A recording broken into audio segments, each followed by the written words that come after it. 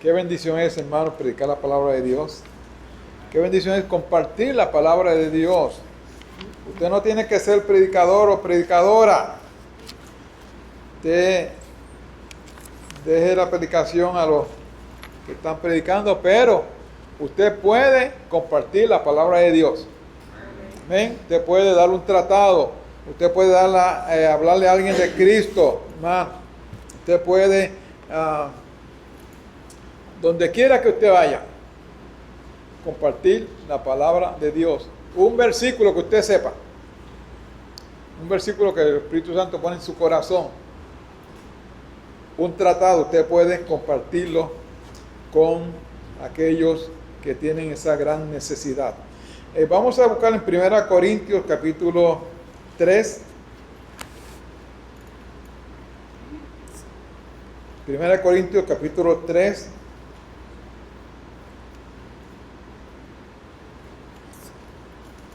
Los versos 6 y 7.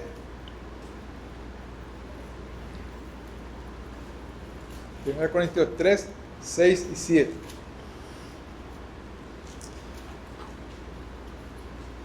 Yo planté, Apolos regó, pero el crecimiento lo ha dado ¿quién? Dios. Así que ni el que planta es algo, ni el que riega, sino Dios, que da el crecimiento. Eterno Padre Celestial, te damos gracias, Señor, por este tiempo que tú nos concedes, esta bendición, este privilegio, Padre, de congregarnos, Señor, en tu casa, Padre Santo, para adorar tu nombre, Señor eterno, para como iglesia, Señor, recibir palabra predicada, Padre Santo. Gracias, buen Dios, te pido que tú me dirijas, que tú me uses, Padre Santo, como un simple instrumento tuyo, Señor eterno, que seas tú quien hable en nuestros corazones, Padre. Que no sea yo, Señor, no sea palabra mía, no sea palabra humana, no sean mis opiniones, Señor, que no sea tu palabra santa, Padre, que llegue a cada corazón, Señor. En Cristo Jesús te pido esta cosa, Padre Santo, te pido tu bendición para todos y cada uno de mis hermanos aquí presentes, Padre. Y oramos por aquellos, Señor, que por estar enfermos, Señor, no pueden estar con nosotros, Padre Santo. En Cristo Jesús oramos, te damos gracias, Señor. Amén, Señor. Amén. Es la voluntad de Dios que sus hijos crezcan espiritualmente. Es la voluntad de Dios que nosotros como hijos suyos crezcamos espiritualmente, hermanos. Y ese es el proceso de, como mencionó el pastor la última que predicó de Romanos, ¿verdad? Ese es el proceso de santificación para nosotros. Proceso que comenzó cuando el día que usted vino a los pies del Salvador. El día que usted aceptó a Cristo, el día que nosotros aceptamos a Cristo, en ese momento comenzó nuestro proceso de crecimiento, nuestro proceso de santificación. Y ciertamente, hermanos, cuando la iglesia no crece, cuando los cristianos no crecen, Dios se entristece. El Espíritu Santo se entristece. Y es la voluntad de Dios que nosotros crezcamos espiritualmente. Segunda de Pedro 3:18 dice: antes bien, creced en la gracia y el conocimiento de nuestro Señor y Salvador Jesucristo. A Él sea gloria ahora y hasta el día de la eternidad. Amén. En medio del pecado que nos asedia a nosotros, en medio de la torcedura, de la distorsión que está recibiendo la palabra de Dios, es necesario que nosotros crezcamos en el conocimiento de Dios, crezcamos en la palabra, crezcamos en sabiduría cada día, hermano. Hemos de crecer en el conocimiento de nuestro Señor Jesucristo. Dentro de ese amor, dentro de de esa misericordia, dentro de esa gracia de Dios, dentro de ese favor, nosotros somos retados a crecer. Porque es la voluntad de Dios que nosotros como hijos de Él crezcamos. Hemos de crecer en el conocimiento de la palabra del Señor. 2 Timoteo 3, 16 y 17 dice, 2 Timoteo 3, 16 y 17, toda la escritura es inspirada por Dios y útil para enseñar, para redarguir, para corregir, para instruir en justicia, a fin de que el hombre de Dios sea ¿qué? Perfecto, enteramente preparado para toda buena obra. Así que nosotros vemos que nosotros hemos de crecer, hermanos, en el conocimiento de la palabra de Dios. Hemos de crecer por medio de la palabra hasta que lleguemos a ser perfectos. Hermano, pero perfecto. Nosotros seres humanos somos creyentes, pero bendito, tanta juga, ¿verdad? Espiritual que tenemos nosotros. Pero la palabra aquí nos dice hasta que lleguemos a ser perfectos. ¿Y qué quiere decir perfecto? Este es un término bíblico que significa completo, cabal, maduro, o que ha alcanzado su máximo desarrollo. En otras palabras, hasta que ya no falte nada. Esa es la perfección. ¿Y a quién no le falta nada? Al Señor Jesucristo. Por lo tanto, el Señor es nuestro modelo a seguir. No es el pastor, no es el maestro de escuela dominical, no es el esposo, no es papá, no es mamá, no es mi abuelo, no es el misionero que viene a predicar. El Señor Jesucristo es nuestro modelo, hermano. Y nosotros hemos de crecer en el conocimiento de nuestro Señor Jesucristo. Hemos de crecer con la ayuda de la iglesia del Señor. Efesios 4, 11 hasta el 13, uno de los 3 pasajes que menciona la palabra con respecto a los dones espirituales, ¿verdad? La palabra menciona a Romanos 12, a 1 Corintios 12 y a Efesios 4. Y Efesios 4 dice, y Él mismo Señor, constituyó a unos apóstoles, a otros profetas, a otros evangelistas, a otros pastores y maestros, a fin, verso 12, de perfeccionar a los santos. De nuevo vemos la palabra perfección, ¿verdad? Perfeccionar a los santos para la obra del ministerio, para la edificación del cuerpo de Cristo. El verso 13 dice, hasta que todos lleguemos a la unidad de la fe y del conocimiento del Hijo de Dios, a un varón perfecto, a la medida de la estatura de la plenitud de Cristo. Gloria a Dios, porque ese es nuestro modelo. Y eso se llama, en buen español, crecimiento, hermano. Así que nuestro crecimiento consiste en seguir a nuestro modelo, Señor Jesucristo, número 1. Número 2, en crecer en la palabra. Tenemos ahí una buena herramienta, la herramienta perfecta. Número 3, la otra herramienta que tenemos, la iglesia. Por la iglesia somos edificados, en la iglesia aprendemos, en la iglesia escuchamos predicación, en la iglesia participamos de la escuela dominical. En la iglesia nos conocemos más unos a otros, pasamos por el proceso de compañerismo, de comunión, de coinonía los unos con los otros, y nos falta algo más, bajo la guía del Espíritu Santo de Dios. Así que nosotros hemos de crecer cada día en nuestras vidas, hermano. La pregunta que debemos hacer nosotros entonces es, ¿cómo yo, William Feliciano, sé que estoy creciendo? Y en ese blanco yo soy el primero que pongo mi nombre. Pero en ese blanco, cada uno de ustedes pongan su nombre. Como yo, fulano de tal, sé que estoy creciendo espiritualmente. Ahora, ¿cómo se mide el crecimiento espiritual?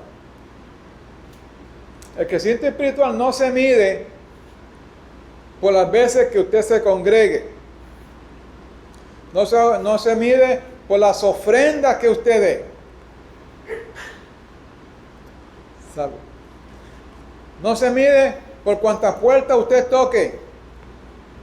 Si bien estas cosas pueden ser resultado de un crecimiento espiritual.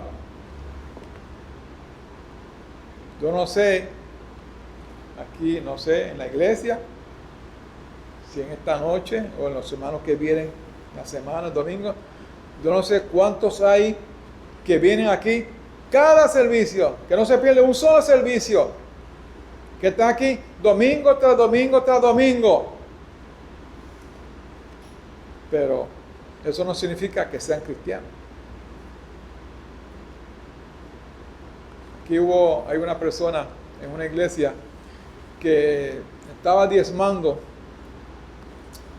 y diezmaba $5,000 mensual. Y el pastor un día le pidió una ayuda y él le dijo a su pastor: te voy a decir algo, yo estoy diezmando, pero a mí no me pida un centavo más. Confórmate con el diezmo.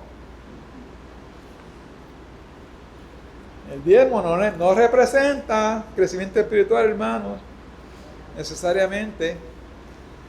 Usted puede ser la persona más dadivosa, la persona más trabajadora, venir aquí todos los sábados y limpiar todo el templo. Eso no significa que usted esté creciendo espiritualmente. Aunque sí, esto puede ser resultado de un crecimiento espiritual. Y esa es la pregunta que nosotros debemos de hacernos, hermanos. ¿Cómo sé yo si estoy creciendo espiritualmente o no? El que ya esté recién nacido espiritualmente, hermanos, dejó atrás una manera de vivir y comenzó una vida nueva. Comenzó un proceso de crecimiento en ese justo momento. Comenzó ese proceso de crecimiento que la Biblia llama proceso de santificación. Y yo sé que el pastor va a estar predicando eventualmente la santificación, ¿verdad? El libro de Romanos, más adelante, los capítulos 8, 9.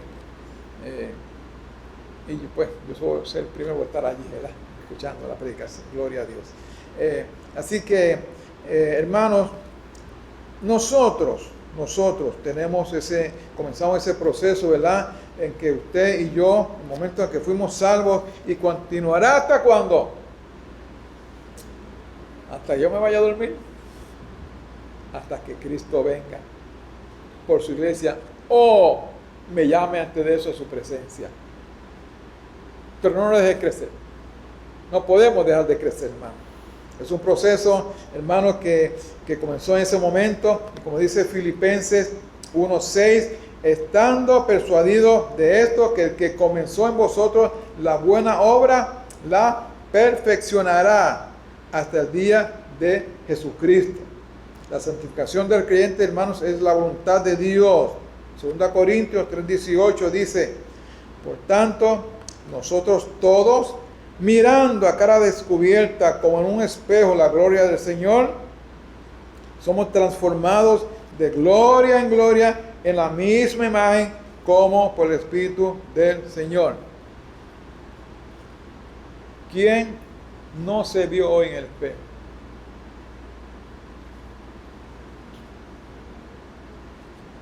La pregunta quizás no es quién se vio, sino cuántas veces se vio.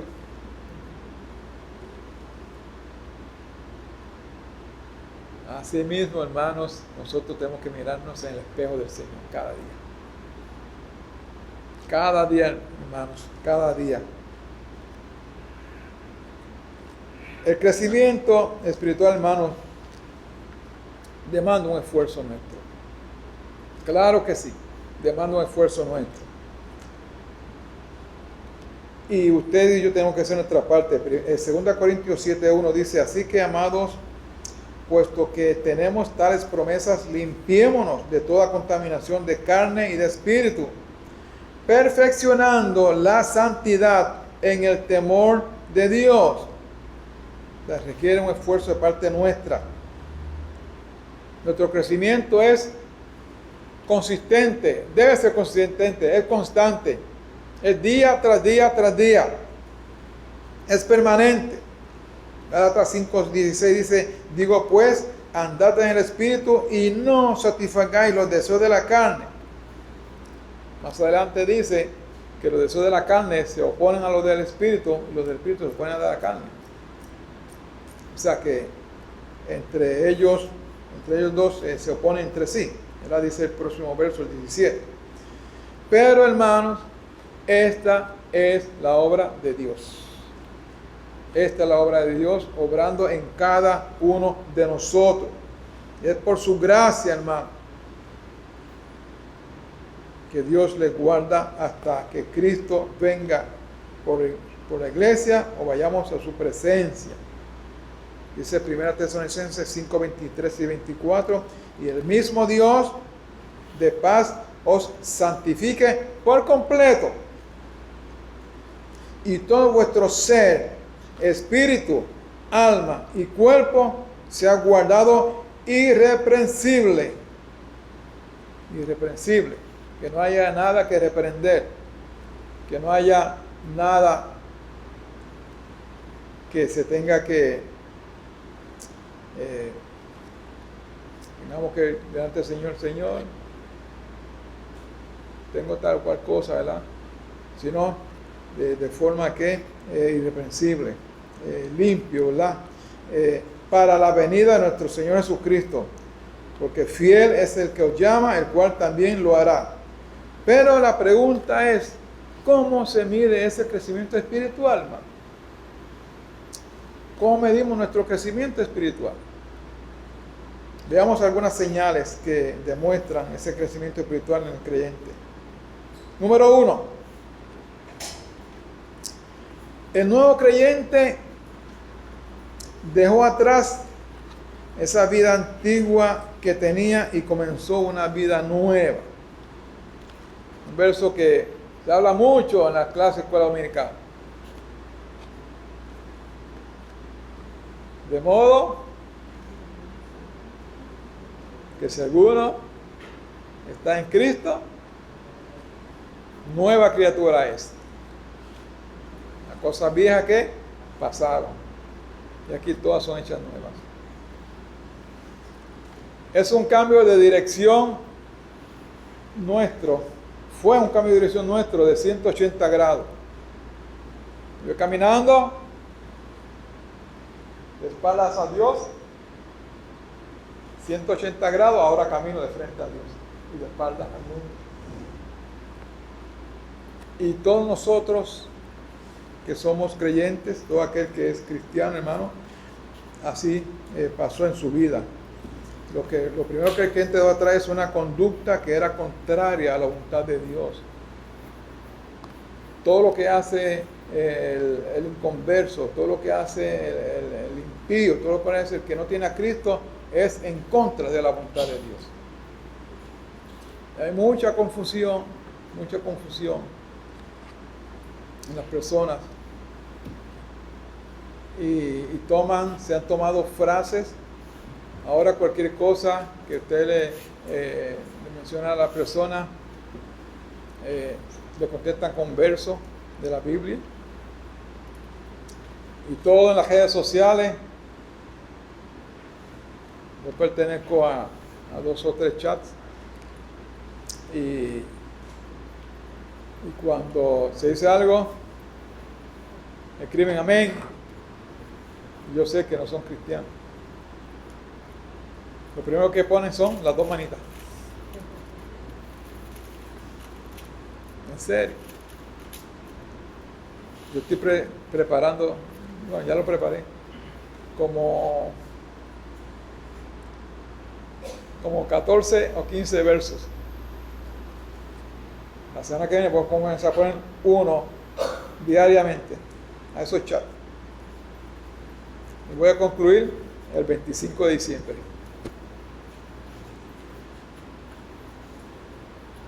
Para la gloria de Dios, para dejarles saber, ¿verdad?, de qué estamos hablando cuando celebramos la Navidad. Ahora, hermanos, todo comienza a cambiar. Antes teníamos un vocabulario, ahora tenemos otro. Hay cristianos que luchan con las malas palabras. Conocemos de un hermano en la iglesia en Buenaventura que estuvo luchando muchos años con las malas palabras, muchos años. Pero da testimonio ahora que finalmente con la ayuda de Dios logró vencer. Hay personas que están luchando con la bebida alcohólica por muchos años. Pero hay que luchar. Hay que luchar. No podemos detenernos.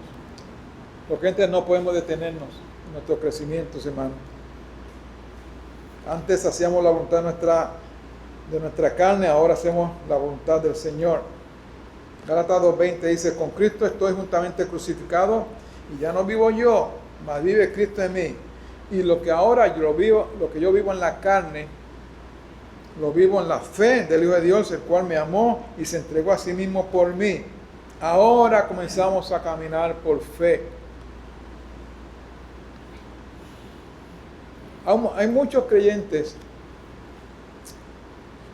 que su fe se basa en lo que están viendo. Su fe se basa en lo que tiene en el bolsillo. Su fe se basa en la nevera llena, en la alacena llena, en la buena salud, en el buen trabajo. Para mí la fe comienza cuando la nevera está vacía. Para mí la fe comienza cuando me despidieron de mi trabajo. Ahí comienza la fe. Nosotros caminamos por fe, no por vista, ¿verdad? Como dice 2 Corintios 5:7. Número 2. Ahora el nuevo creyente tendrá una conciencia cada vez mayor de sus pecados y debilidades, las cuales a medida que va creciendo se va fortaleciendo esa conciencia. Lo que antes usted y yo hacíamos de forma natural, creyendo que era lo mejor, ahora el Espíritu Santo nos dice, no. En la narración de voleibol y de básquetbol, en español, baloncesto y voleibol. Los narradores dicen, cuando usted sabe que ese jugador va a rematar la bola y bien al otro lado levantan esas 4 o 6 manos y hacen ese bloqueo, el narrador dice, no, papá, por ahí no. En el baloncesto, alguien va a tirar la bola, viene alguien, otro le da un tapón, dice ese narrador, por ahí no. Y ahora cuando nosotros vamos caminando, que estamos en Cristo y vamos a hacer algo, nuestra conciencia nos dice, por ahí no. Miren, el apóstol Pablo, Saulo de Tarso, ¿a qué se dedicaba antes de ser cristiano?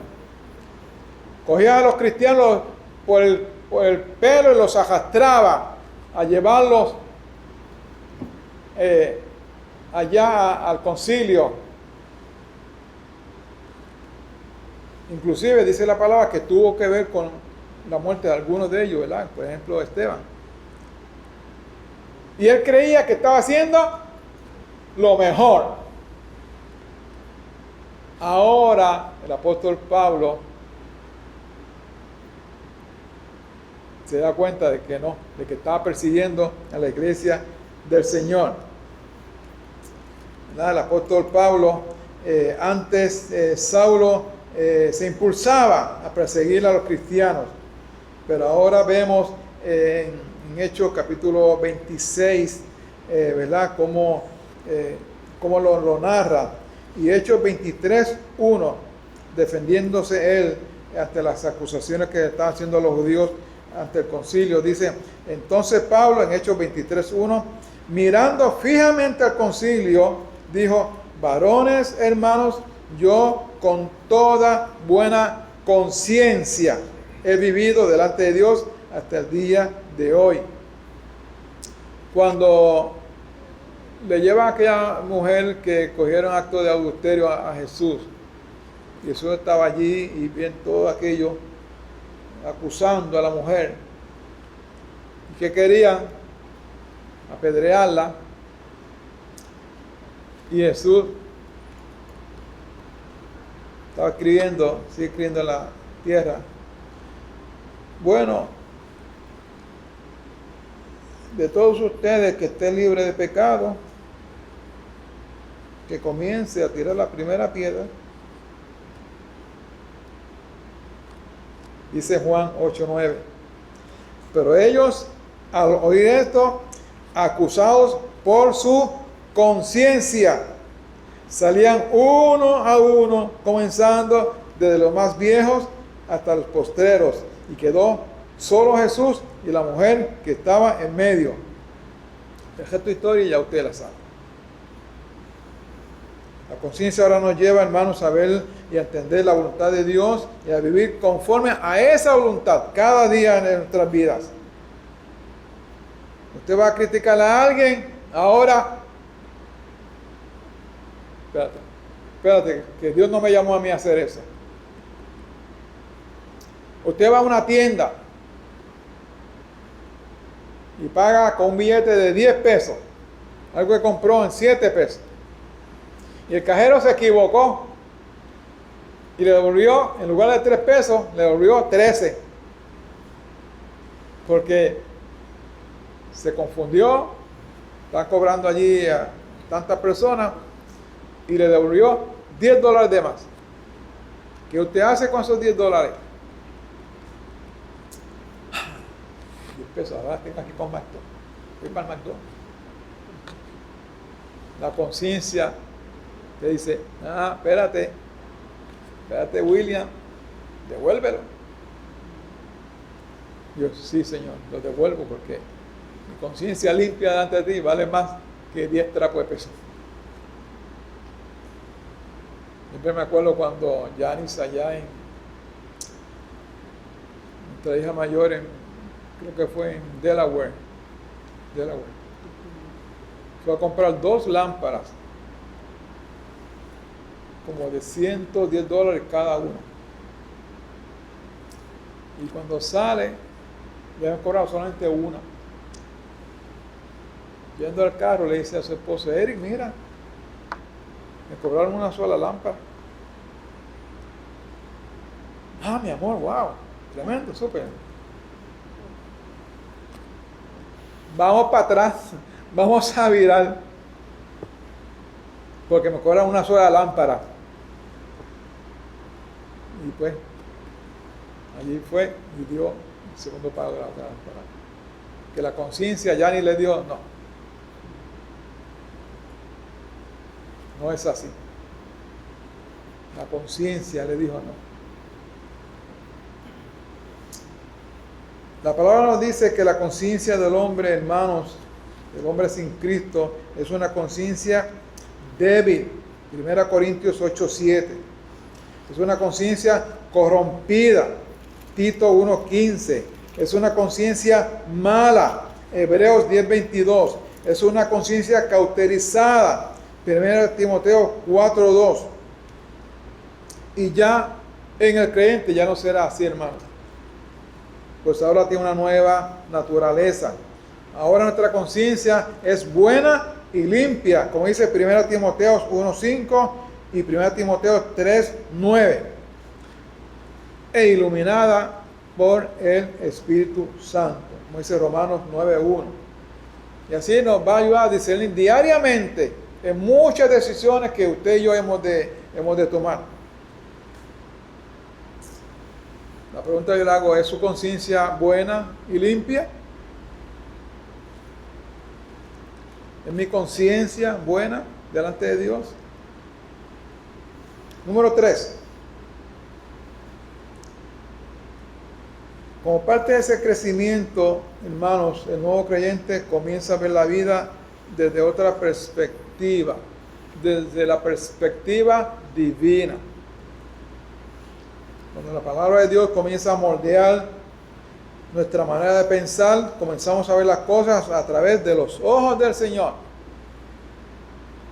Salmo 119:18 dice: abre mis ojos y miraré las maravillas de tu ley. Salmo 119:105 dice: lámpara es a mis pies tu palabra y lumbrera a mi camino. Antes nosotros pasamos por pruebas y nos queríamos morir.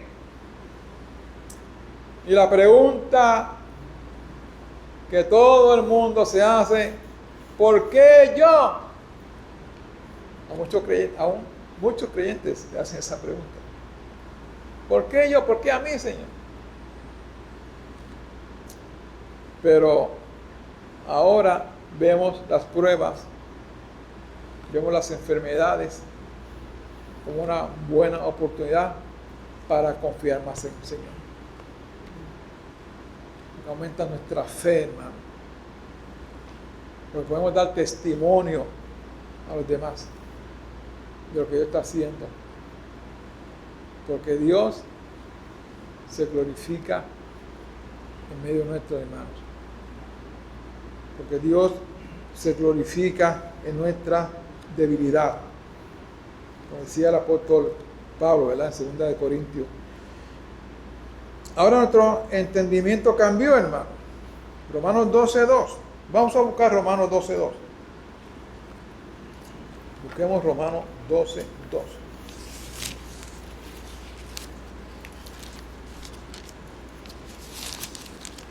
Romanos 12, versículo 2.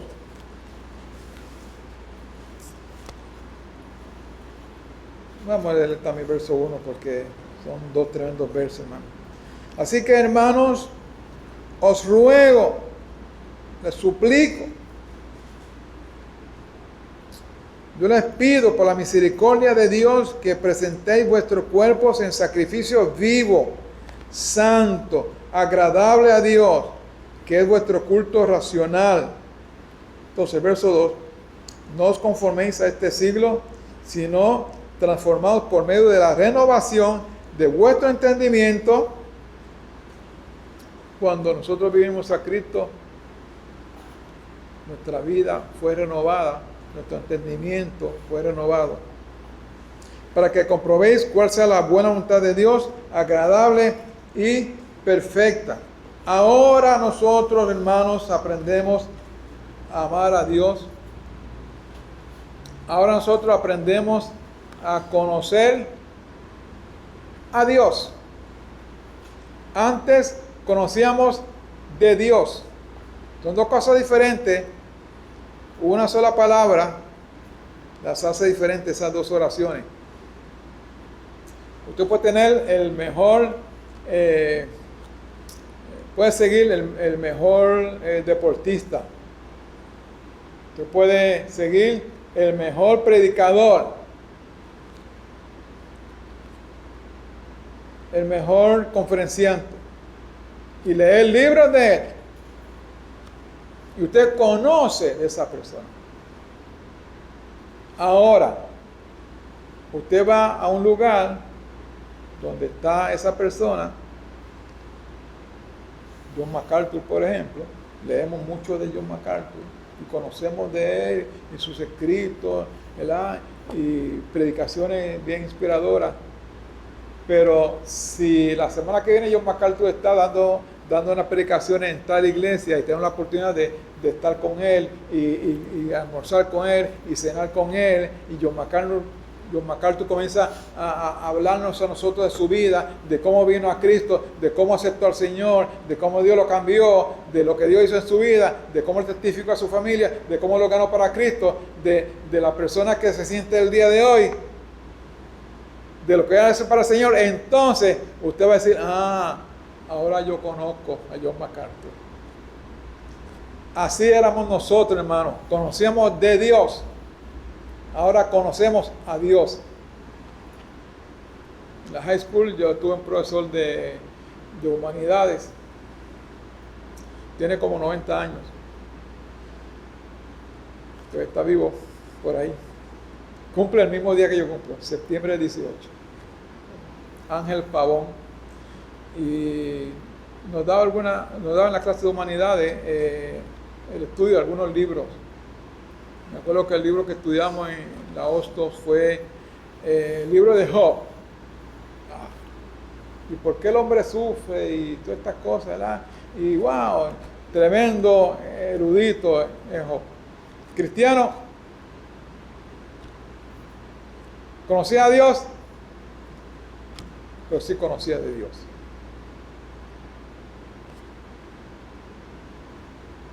Así hay en las iglesias, hermanos, creyentes, que conocen de Dios. Pero para usted conocer a Dios, usted necesita tener una vida de íntima comunión con el Señor. Una vida de devoción con el Señor. Devoción en la palabra de Dios. Una vida de oración con el Señor. Usted oye la voz de Dios. Bien claro. ¿Usted quiere saber ponga el tema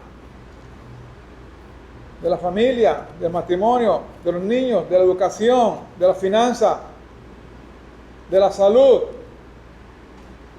¿Quiere saber de la muerte?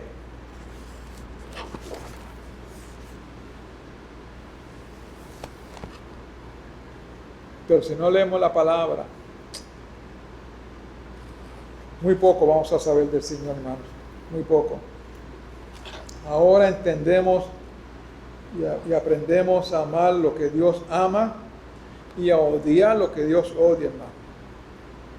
Porque ahora tenemos la mente de Cristo, como dice el apóstol, ¿verdad? La mente de Cristo, como dice en Corintios. Número 4. El nuevo creyente comienza a tener nuevos deseos en su vida.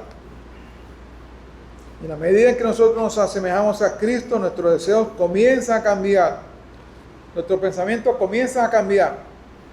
Antes nuestros pensamientos eran pensamientos de derrota, eran pensamientos de pesadumbre, eran pensamientos que no eran los mejores. Ahora el Espíritu Santo comienza a poner en nuestros pensamientos otros pensamientos, ¿verdad? Efesios 4:22, busquen Efesios 4:22. Efesios 4:22 al 24, busquemos ahí. Efesios 4:22 al 24. En cuanto a la pasada manera de vivir, despojaos. Despojaos. Yo me puedo aquí despojar de esta chaqueta, ¿no? Quitármela, echarla allí. No al piso, porque me costó un par de pesos, pero que no. Allí sobre una silla, ¿verdad? Despojaos, así mismo dice la palabra, despojaos del viejo hombre que está viciado conforme a los deseos engañosos, y renovaos en el espíritu de vuestra mente y vestíos del nuevo hombre creado según Dios en la justicia y santidad de la verdad. No hay mejor sastre que el Señor. No hay mejor diseñador de moda que nuestro Señor. No hay mejor vestido que el vestido de nuestro Señor. Ahora nuestros deseos comienzan a ajustarse a los deseos de Dios. Y dejamos atrás, ¿verdad? Esos malos deseos, esos malos hábitos que teníamos. Salmo 48 dice: El hacer tu voluntad, oh Dios, me ha agradado y tu ley está en medio de mi corazón. Ahora nosotros comenzamos, ¿verdad?, a probar del Señor. Ahora nosotros comenzamos a ver las bondades de Dios. Y según va ese crecimiento que hacemos cada día, buscamos hacer más la voluntad de Dios, hermano. Antes mis deseos me controlaban y me dominaban. Ahora mis deseos son otros. Antes yo era prisionero de mis pensamientos. Ahora soy libre en Cristo Jesús.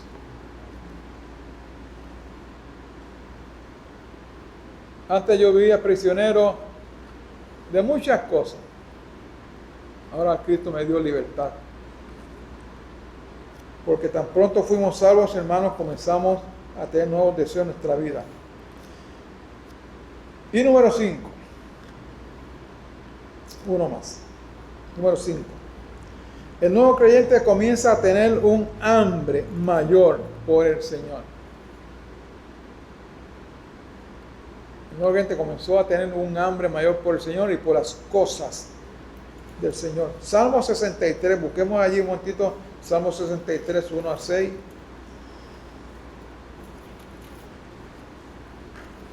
Salmo 63, 1 al 6.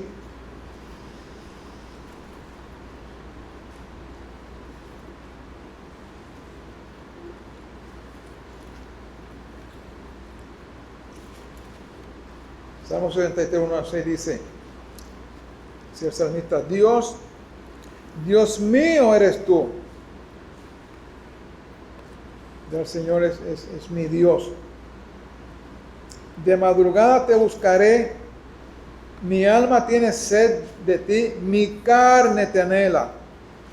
En tierra seca y árida donde no hay aguas, allí donde hay mucha necesidad, ¿verdad? Allí donde no hay nada, allí es donde faltan muchas cosas, allí en medio de esa tierra árida y seca donde no se produce nada, allí el salmista dice, aquí te deseo, ¿verdad?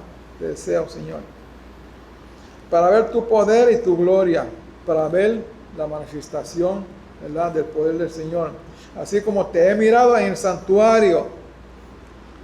Porque mirar en el santuario es diferente, es una cosa. Pero cuando yo salgo del santuario, en ajo y habichuela puertorriqueño, aquí en la iglesia, levanto mis manos, alabo a Dios, le canto al Señor, hasta que los oídos de que está lo mío retumben. Saco la cartera, me paro allí en el buzón, que me vean. Los amenes no faltan. Pero el Señor me dice que cuando salga del santuario, allí yo debo ser igual o mejor que cuando estaba aquí dentro. Por eso dice, así como te he mirado en el santuario, porque mejor es tu misericordia que la vida. Mis labios te alabarán. Yo predicaba hace como 2 meses atrás, en noviembre, yo prediqué acerca del agradecimiento. Yo decía que nuestra alabanza a Dios es una expresión de nuestro agradecimiento a Él. Mis labios te alabarán, así te bendeciré en mi vida, en tu nombre alzaré mis manos, como de meollo de grosura será saciada mi alma. Como si fuera un steak de 24 onzas, de eso que le encanta al pastor de allá de Longhorn, mucha salsita por encima, ¿verdad? Como ese meollo, ¿verdad? Dice, será saciada mi alma. Y con labios de júbilo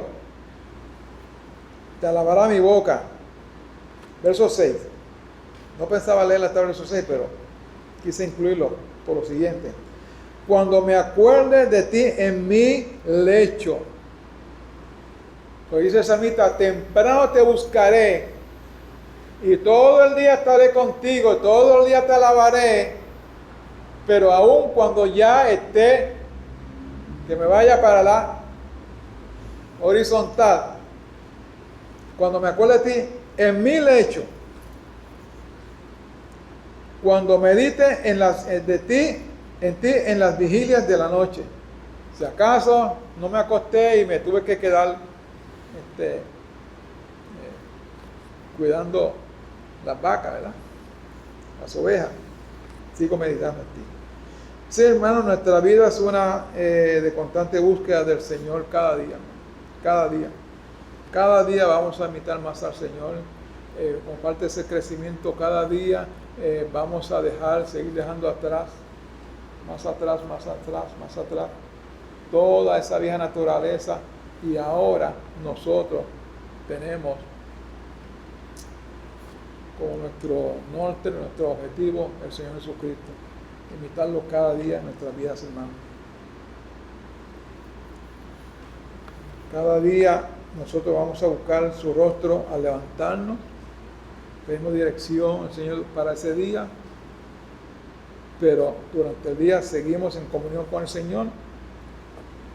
Aún al acostarnos, cuando vamos a la cama, nos encomendamos al Señor, dándole gracias por el día, después de entregarlo a Él. Yo tengo dos palabras: al levantarme y al acostarme.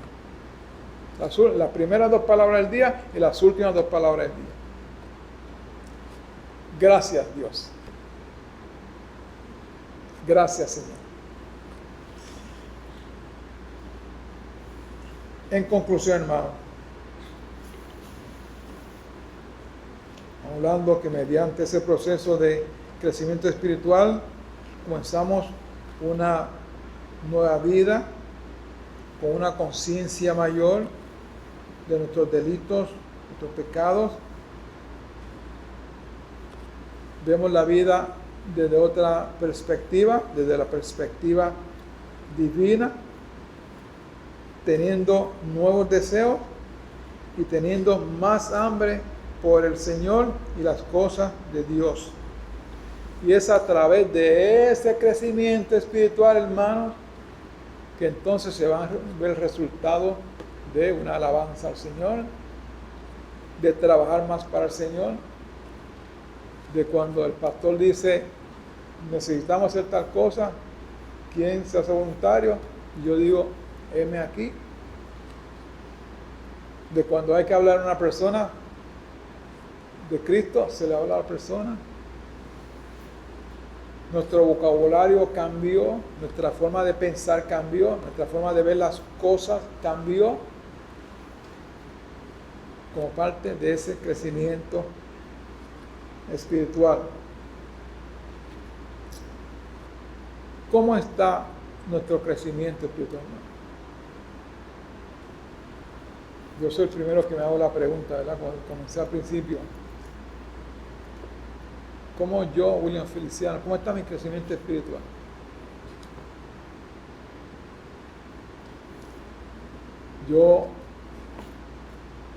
Qué bueno que yo tengo allí detrás un testigo. Ella puede decir.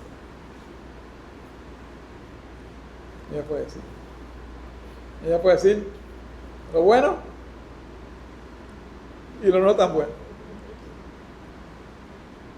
Pero la pregunta que nosotros debemos hacernos es, ¿cómo está mi crecimiento espiritual?